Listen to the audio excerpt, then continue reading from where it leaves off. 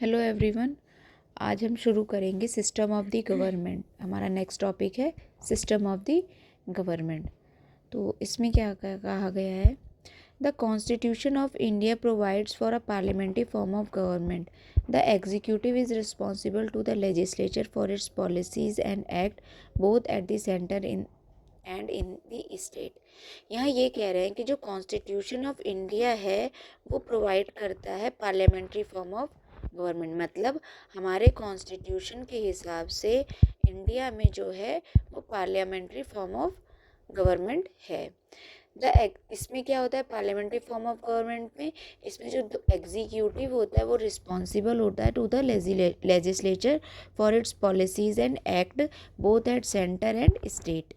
मतलब यहाँ पे ये कहने का मतलब है कि जो एग्जीक्यूटिव होता है यहाँ पे वो जो है वो रिस्पॉन्सिबिलिटी लेता है कि जो लेजिस्लेचर ने लॉ बनाया है वो उसके अकॉर्डिंग ही जो उसकी पॉलिसीज़ वगैरह इम्प्लीमेंट होंगी, जो एक्ट्स के अकॉर्डिंग वर्क होगा वो उसी हिसाब से होगा। जो लेजिस्लेचर ने ऊपर से जो है लॉ या एक्ट बना के या पॉलिसीज़ का जो फ्रेम करके भेजा है, एग्जीक्यूटिव उन्हीं चीज़ों को एग्जीक्यूट करेगा।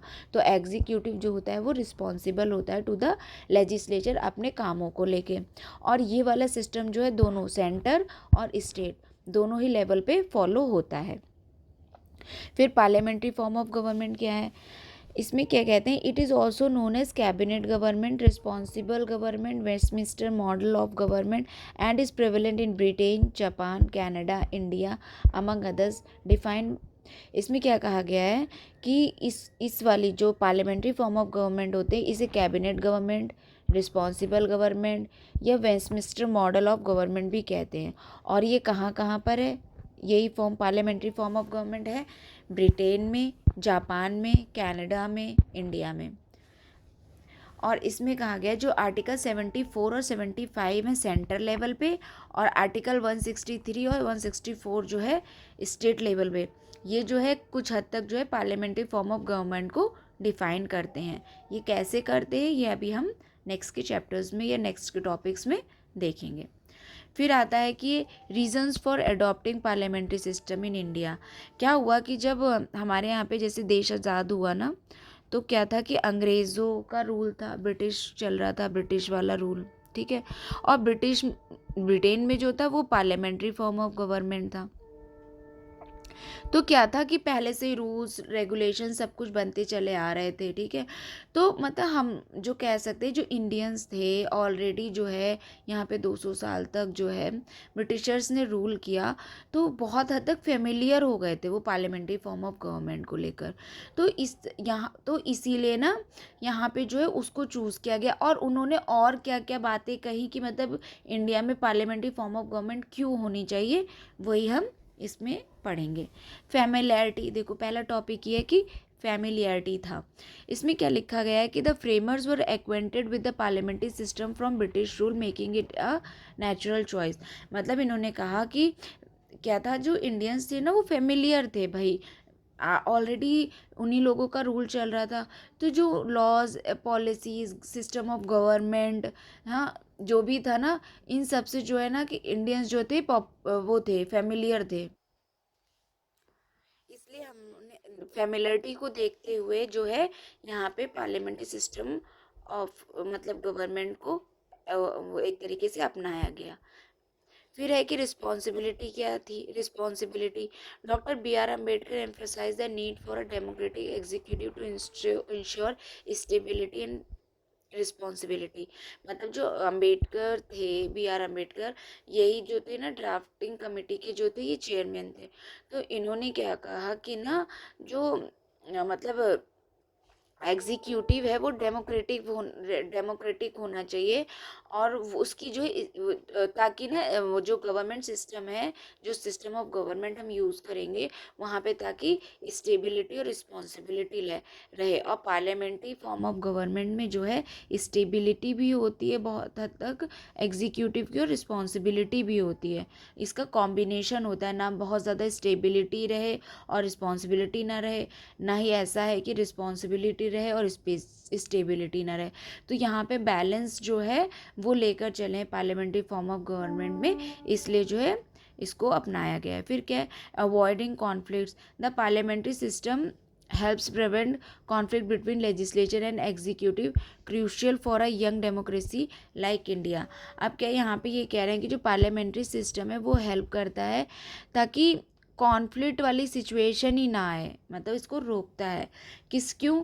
क्योंकि अभी मैंने बताया था ऊपर प्रीवियस लेक्चर्स में कि जो पार्लियामेंट होता है उसमें 3 लोग इंक्लूडेड होते हैं। पहला होते हैं प्रेसिडेंट, फिर होती है लोकसभा और राज्यसभा। ये तीनों मिलके पार्लियामेंट बनाते हैं पार्लियामेंट सिस्टम। ठीक है, अब इसमें क्या है कि जब जो मतलब कि लेजिस्लेचर है ना, और एक चीज़ मतलब कि ये हो गया कि पार्लियामेंट के सिस्टम हो गए। और बोला जाता है कि जैसे 3 चीज़ें होती है, एक होती है जुडिशरी, ठीक है, लेजिस्लेचर और होता है एग्जीक्यूटिव। ठीक है, ये तीनों होते हैं पार्लियामेंट्री फॉर्म ऑफ सिस्टम में। जो जुडिशरी होती है ये कॉन्स्टिट्यूशन की जो है सेफगार्ड करती है। कॉन्स्टिट्यूशनल जो हमारे यहाँ पे जो कॉन्स्टिट्यूशनल वैल्यूज़ हैं ना, या हमारे यहाँ पे जो भी कॉन्स्टिट्यूशन के अंदर लिखा गया है, जो भी आर्टिकल्स हैं, तो उनकी जो सेफगार्ड है, एक तरीके से गार्जियन की तरह जो है वो जुडिशरी होती है। और लेजिस्लेचर क्या होता है? फिर लेजिस्लेचर वो होता है ना जो उन सब पर लॉ बनाते हैं, जो भी गाइडलाइंस दी गई हैं हमारे कॉन्स्टिट्यूशन में उसके अकॉर्डिंग रूल्स बनाते हैं, लॉज बनाते हैं, पॉलिसीज़, एक्ट्स वगैरह बनाते हैं। और एग्जीक्यूटिव वो होती है बॉडी जो उनको एग्जीक्यूट करती है ग्राउंड लेवल पे। मतलब जैसे कि अगर उन्होंने लॉ बना दिया है तो कोई तो होगा ना कि उसको जो है आगे तक भाई इम्प्लीमेंट कौन करेगा। उनको सिर्फ लॉ बनाने से कुछ थोड़ी होगा, जब तक वो इम्प्लीमेंट नहीं होंगे तब तक उसका क्या फ़ायदा रहेगा। तो लॉ बनाने के बाद इम्प्लीमेंट करने का काम जो होता है एग्जीक्यूटिव का होता है। अब ये तीनों जो होते हैं तो इसमें क्या होता है कि ओवरलैपिंग हो जाती है। जुडिशरी जो होती है वो तो अलग फॉर्म हो गया जुडिशरी का, लेकिन जो लेजिस्लेचर और एग्जीक्यूटिव होते हैं ये दोनों ओवरलैप करते हैं। इसमें क्या होता है, जो लेजिस्लेचर के जो मेंबर्स होते हैं वो ही जो है मेंबर्स होते हैं एग्जीक्यूटिव के भी। मतलब कि ऐसा नहीं है कि मतलब यहाँ पे जितने मेंबर्स हैं वही टोटल यही मेंबर्स होंगे, मतलब कि ओवरलैपिंग होती है। कुछ मेंबर्स जो होते हैं इसमें के वो इसमें भी होते हैं और जो कुछ मेंबर इसमें के इसमें भी होते हैं। ठीक है, तो ऐसे क्या हो जाता है कि ओवरलैपिंग की वजह से जब यहाँ पे डिसीजन मेकिंग होती है, मान लो लॉ मेकिंग हो रही है, वहाँ पे इन लोगों ने पर्टिकुलर किसी टॉपिक पे या पर्टिकुलर किसी विषय पे जो इन्होंने लॉ बनाया या कोई एक्ट बनाया या कोई पॉलिसी बनाई, उसके बाद जब ये चीज़ एग्जीक्यूटिव के पास जाएगी तो वहाँ पे भी वो मिनिस्टर्स होंगे, वहाँ पे भी वो मेंबर्स होंगे, जो ओवरलैपिंग वाला सिस्टम है। तो जब वो वहाँ पे जाएंगे तो उनके लिए उसको एग्जीक्यूट करना, उसको समझना बहुत आसान हो जाएगा। वो उतना रिटेलिएट नहीं करेंगे, मतलब दोनों में मतभेद की जो संभावना है वो बहुत कम हो जाएगी। यही इसका भी पार्ट है। तो जब एक चीज़ यहाँ से आएगी तो ये लोग बहुत आसानी से उसे एग्जीक्यूट कर पाएंगे, एक्सेप्ट कर लेंगे पहले और फिर उसे एग्जीक्यूट कर पाएंगे। तो इसीलिए कहा जाता है कि जो यहाँ पे अवॉइड करते हैं कॉन्फ्लिक्ट। जो पार्लियामेंट्री सिस्टम होता है यहाँ पे लेजिस्लेचर और एग्जीक्यूटिव के बीच में कॉन्फ्लिक्ट बहुत कम होता है, क्योंकि वो जो है क्या कहते हैं लगभग ओवरलैपिंग मेंबर्स होते हैं जो इस आइडियोलॉजी को एक ही आइडियोलॉजी को बिलोंग करते हैं। और क्योंकि आइडियोलॉजी सेम होती हैं, सेम पार्टी के होते हैं, तो उन लोगों में कॉन्फ्लिक्ट की सिचुएशंस बहुत रेयरली देखने को मिलती हैं। फिर आता है कि representation. Given India's diverse society the parliamentary system ensure representation of various sections and interest through small constituencies.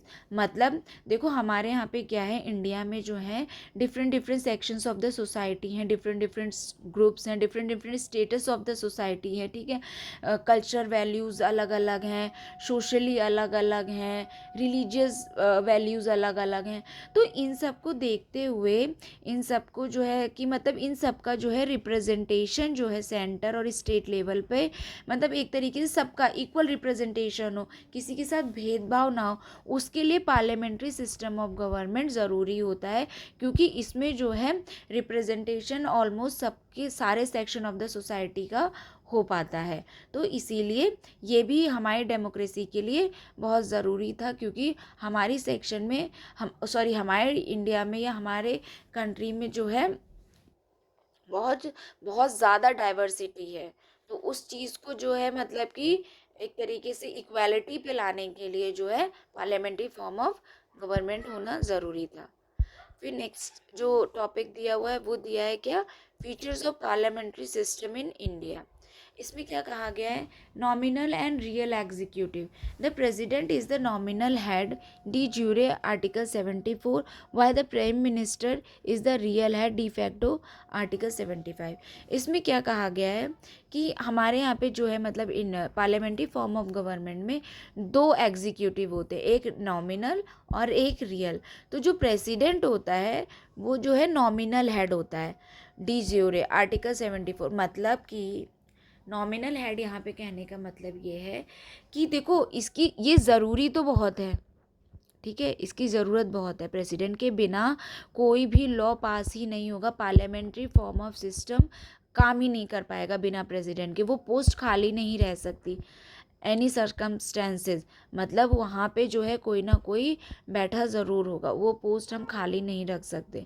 तो वहाँ पे क्या होता है, जब तक प्रेसिडेंट का एसेंट नहीं मिलता है किसी बिल, किसी लॉ, किसी एक्ट पे, तब तक वो बिल लॉ बनता नहीं है, ठीक है।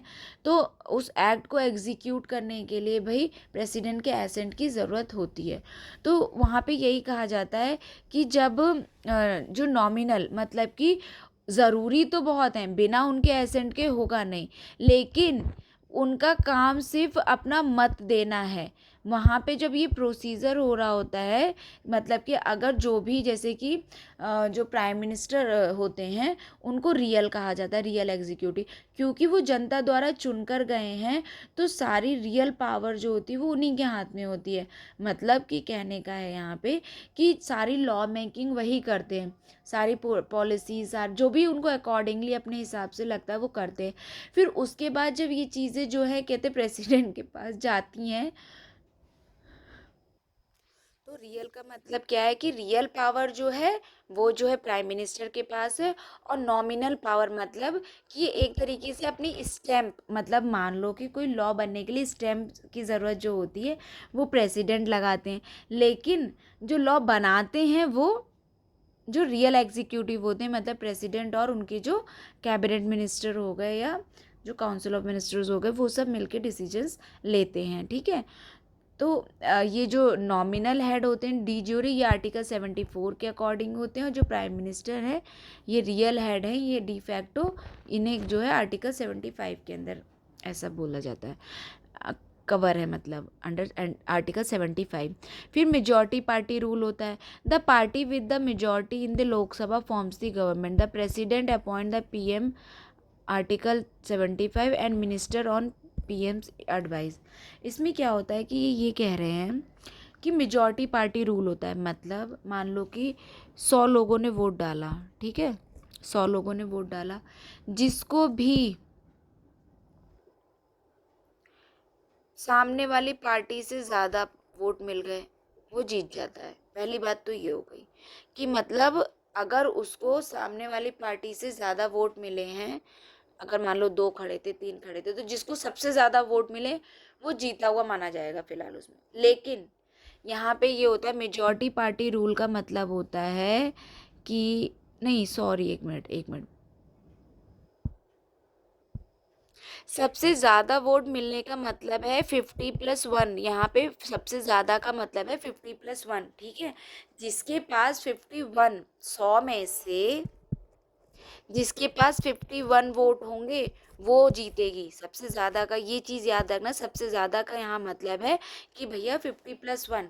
अब देखो क्या हुआ, अब यहाँ पे क्या हो रहा है, जैसे मेजॉरिटी पार्टी रूल में क्या हो रहा है कि मान लो 3 लोग खड़े थे, 3 पार्टियां थी, ठीक है, मैदान में 100 लोगों ने वोट डाला, ठीक है। अब मान लो कि ऐसा हो जाए कि 2 लोगों को 30, एक को 30 मिले, एक को 35 मिले, ठीक है, तो ये कितना हो गया, 65 हो गया।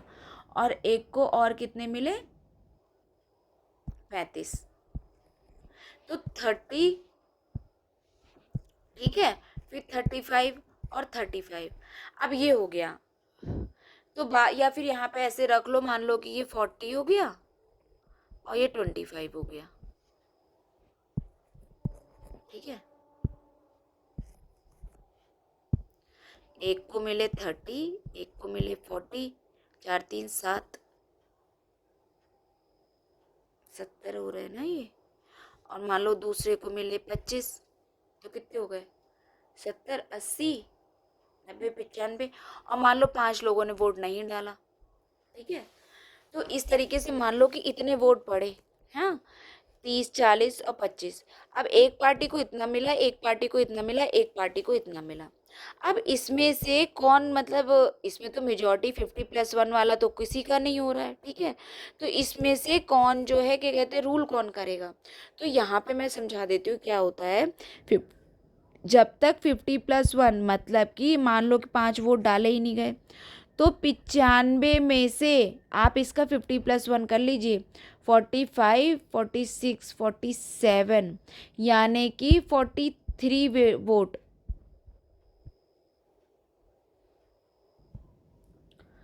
लगभग, मतलब कि इसमें यह है कि जब तक 48 वोट, लगभग 48 वोट किसी को नहीं मिलेंगे, तब तक वो जो है रूल नहीं करेगा। अब यहाँ पे 48 वोट तो किसी के हैं नहीं, तो फिर भाई सरकार कौन बनाएगा अपनी? तो यहाँ पे क्या होगा कि जो ये है कि मतलब इसमें से कोई 2 लोग जुड़ जाएंगे और वो अपनी सरकार मान लेंगे। मान लो ये दोनों मिल गए, तो 4 3 70 हो जाएगा, ये वाला इससे ज़्यादा हो जाएंगे, फिर ये लोग बना लेंगे पार्टी।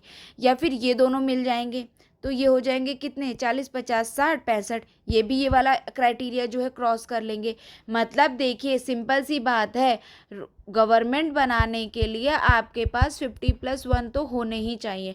अगर कोई इसमें से अकेले जो है 50 ले आती और मान लो बाकी 2 है जो है 25 या 20 लाते, तो मतलब मान लो एक 51 ले आती और यहाँ पे मान लो 19 और 25 लेकर आते, तो मतलब ये वाली पार्टी फिर आराम से अकेले ही बना लेती, क्योंकि वो जो है वो क्राइटेरिया फॉलो कर रही है। लेकिन अगर यहाँ पे किसी एक पार्टी का मेजॉरिटी नहीं है, तो भैया ये लोग जो है इसी को बोलते हैं गठबंधन कर लेंगे, ठीक है। अगर गठबंधन नहीं करना है तो आप फुल मेजॉरिटी में आइए। तो जो फुल मेजॉरिटी वाली सरकार बनती है, वहाँ पे जो है क्या कहते हैं कि स्टेबल रहती है, बहुत मजबूती रहती है, क्योंकि भाई ये भाई इनकी ही सारी सरकार बनी, कोई डिसीजन लेके कोई अपोज करने वाला होगा ही नहीं। जब गठबंधन की सरकार बनती है तो यहाँ ये अपना फ़ायदा देखता है, ये अपना फ़ायदा देखता है। मान लो इसका रेशियो देखो, यहाँ 40 है, यहाँ 25 है, इस इतना 25% तो इस पर दबाव बनेगा ही। जितना भी रेशियो आ रहा है दोनों का, उतना तो इसके मिनिस्टर जाएंगे मिनिस्ट्री में, और जब वो जाएंगे तो वो अपना अपना मत रखेंगे। ये दोनों आइडियोलॉजी सेम नहीं है, ठीक है, इन लोगों की अलग अलग आइडियोलॉजी है, तो वहाँ मतभेद होना ज़रूरी है। मान लो कि गठबंधन की जो सरकार बनेगी वो किसी इस और स्टेट को मान लो, वो अपने अपना एरिया, अपने लोग, वो तो अपनी अपनी बातें करते हैं ना। आजकल तो यही होता है कि भाई लोग वोट ही मांगते हैं कास्ट के नाम पर, तो जहाँ पर भी लोग जाते हैं तो वो अपना अपना फ़ायदा देखते हैं। तो उस हिसाब से क्या होगा कि मतलब कि दोनों में टसल वाली स्थिति पैदा हो जाती है, कोई उसकी बात नहीं मानता है, कोई इसकी बात नहीं मानता है। उस स्थिति में तो मेजॉरिटी पार्टी रूल का मतलब समझ में आ गया आपको, जो 50+1 वाला क्राइटेरिया फॉलो करेगा वही जो है रूल करेगा। The president appoint PM under Article 75 and the minister on the PM's advice. और जो प्रेसिडेंट है वो PM का अपॉइंटमेंट करता है अंडर आर्टिकल 75, और जो मिनिस्टर्स हैं, जो बाकी मिनिस्टर्स का अपॉइंटमेंट होता है वो PM मतलब PM के अपॉइंटमेंट के बाद जब PM जो है एडवाइस देता है, जो वही जो है मिनिस्टर्स सिलेक्ट किए जाते हैं। और क्या लिख रखा है, कलेक्टिव रिस्पॉन्सिबिलिटी क्या होती है? कलेक्टिव रिस्पॉन्सिबिलिटी में ये कहा जाता है कि जो मिनिस्टर्स होते हैं are collectively responsible to the Lok Sabha under article 75 which can remove them through a no confidence motion. ये कहना ये चाह रहे हैं कि अगर मान लो कि क्या, अब जैसे गठबंधन की सरकार बनी, ठीक है, तो 40 और 30 वाला कॉन्सेप्ट रख लो, इन दोनों ने मिलकर गठबंधन की सरकार बनाई, तो क्या हुआ, 40% लोग इसके, 30 इसमें से मान लो ये रेशियो जो भी आ रहा है, ठीक है, 4:3 आ रहा है, तो इस रेशियो में भैया कैबिनेट में मिनिस्ट्रीज रहेंगी भाई, और लोगों को इतने, अगर इनके 4 रहेंगे मिनिस्टर तो 3 इनके भी रहेंगे, ठीक है। अब जब ये दोनों ऐसे रहेंगे तो क्या है, मान लो इन्होंने कोई लॉ पास करा, अब इन्होंने अपनी मर्जी से उसको बनाया, सब कुछ करा, अपने हिसाब से करने की कोशिश की, अब ये तीन तो अपोज करेंगे। मान लो आप इनकी बात नहीं सुन रहे हो, आप दोनों में आपस में किसी बात को लेके झगड़ा होगा, तो ये जो है धमकी देंगे कि मैं सरकार गिरा दूंगा। मान लो ये जो है 25 वाले से जाके मिल गए 30 वाले, तो वहां पे भी तो 55 हो जा रहे हैं, ठीक है। तो ये लोग फिर सरकार बना लेंगे, ये इसी बात की धमकी देंगे तुम्हें कि अगर तुमने मेरी बात नहीं मानी तो मैं तुम्हारी सरकार गिरा दूंगा। और वो सरकार गिराने का मतलब है कि भैया ये इसके अगेंस्ट में वोट करेंगे, वहां पे नो कॉन्फिडेंस मोशन आ जाएगा। और जब नो का मतलब कि आपका आपकी सरकार में विश्वास ही नहीं, अविश्वास पारित हो गया है, तो ऐसी स्थिति में सरकार गिर जाएगी, ठीक है। तो इसीलिए कहा जाता है। और लेकिन जब सरकार गिरेगी, मतलब सोचो कि अपोज तो इन तीनों ने करा था, लेकिन इसकी वजह से पूरी सरकार गिर गई, ठीक है। तो जो मिनिस्टर्स इनके पाले में थे भी, उन्हें भी अपनी मिनिस्ट्रीज छोड़नी पड़ेगी, और सरकार जो है फिर नया पीएम और नए फिर उसके अकॉर्डिंग नए मिनिस्टर्स चुनेगी, ठीक है। तो इसीलिए कहते हैं कि इनकी कलेक्टिव रिस्पॉन्सिबिलिटी होती है। अगर जो है मान लो कि, या फिर ये कह लो कि अगर किसी वजह से पीएम का रेजिग्नेशन होता है या पीएम अपनी सीट छोड़ता है, पीएम के खिलाफ जो है नो कॉन्फिडेंस मोशन पास हो जाता है, तो जितने भी मिनिस्टर्स हैं उन सबको जो है अपनी मिनिस्ट्रीज छोड़नी पड़ेंगी पर्टिकुलर पार्टी की। और क्या कहते हैं वहाँ पे क्या है, वो मिनिस्ट्रीज तो हट चली जाएंगी, मेंबर तो रहेंगे पार्लियामेंट के, लेकिन उनकी मिनिस्ट्रीज जो है वो बदल जाएंगी। फिर जो नए पीएम जो चुन के आएंगे वो अपने अकॉर्डिंग जो है अपना कैबिनेट और अलग अलग मिनिस्ट्री का एलोकेशंस करेंगे। तो इसी को बोलते हैं कि जब यहाँ पे क्या होता है, एक डूबता है, यानी कि प्राइम मिनिस्टर अगर हटेगा तो वो उसको सारे अपने साथ साथ वो सबको ले जाता है। जब तक वो सत्ता में रहता है तब तक सब लोग सत्ता में, जिस दिन प्राइम मिनिस्टर, सॉरी अगर मैंने ऊपर प्रेसिडेंट बोल दिया, मतलब प्राइम मिनिस्टर जब हटेगा तो वो अपने साथ सबको लेकर जाता है। फिर चाहे वो लोकसभा में उनके मेंबर्स हों या राज्यसभा का कोई मेंबर है जैसे, और वो क्या कहते हैं मिनिस्ट्री लेकर बैठा है। जैसे एग्जाम्पल के अगर याद हो तो जैसे अरुण जेटली जो थे फाइनेंस मिनिस्टर, निर्मला सीतारमन जी से पहले जो थे वो थे अरुण जेटली जी, तो वो जो थे वो राज्यसभा के मेंबर थे और उनके पास जो है फाइनेंस मिनिस्ट्री थी, ठीक है। तो अगर मान लो पीएम किसी वजह से हटते हैं अपनी पोजीशन से, तो आप राज्यसभा के मेंबर हैं जबकि वो कंटिन्यू हाउस है, तब भी आपको जो है रेजिग्नेशन देना ही पड़ेगा, आपको वहाँ से हटना ही पड़ेगा, भले आप राज्यसभा को बिलोंग करते हो।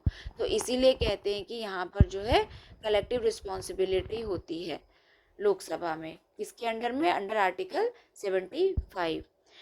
डबल मेंबरशिप होती है। डबल मेंबरशिप में क्या, मिनिस्टर्स जो हैं वो एग्जीक्यूटिव और लेजिस्लेचर दोनों का पार्ट होते हैं अंडर आर्टिकल 75, ये अभी हमने डिस्कस किया था। फिर क्या होता है, dissolution of Lok Sabha, the president on the PM's advice can dissolve the Lok Sabha before it's term. अब क्या हुआ, जैसे किसी वजह से पीएम को लगता है कि मतलब कि जो है लोकसभा को डिसॉल्व कर देना चाहिए, तो अगर वो प्रेसिडेंट को एडवाइस करेगा कि पीएम वो लोकसभा को डिसॉल्व कर देना चाहिए, तो प्रेसिडेंट जो है लोकसभा को डिसॉल्व कर देता है, भले ही उसका 5 साल वाला टर्म पूरा हुआ हो या ना हुआ हो, ठीक है। तो इसी को बोलते हैं कि डिसोल्यूशन ऑफ द लोकसभा। फिर क्या है, secrecy, ministers maintain confidentiality in their decision and proceedings, मतलब ये लोग एक तरीके से ओथ लेते हैं, ठीक है, ओथ ऑफ सीक्रेसी लेते हैं कि जो है ये लोग जो है अपने कामों में जो है कॉन्फिडेंशियलिटी बनाए रखेंगे अपने डिसीजन और प्रोसीडिंग्स को लेकर। ये किसके अंडर में है, ये भी अंडर आर्टिकल 75 कहा गया है। तो ये था हमारा पूरा system of the government in India. उसके बाद जो है आप हम जो है नेक्स्ट टॉपिक करेंगे distinction between India and the British model, ये हम जो है नेक्स्ट वीडियो में करेंगे। अभी हम इसको यहीं पे कंप्लीट करते हैं, ठीक है। Thank you.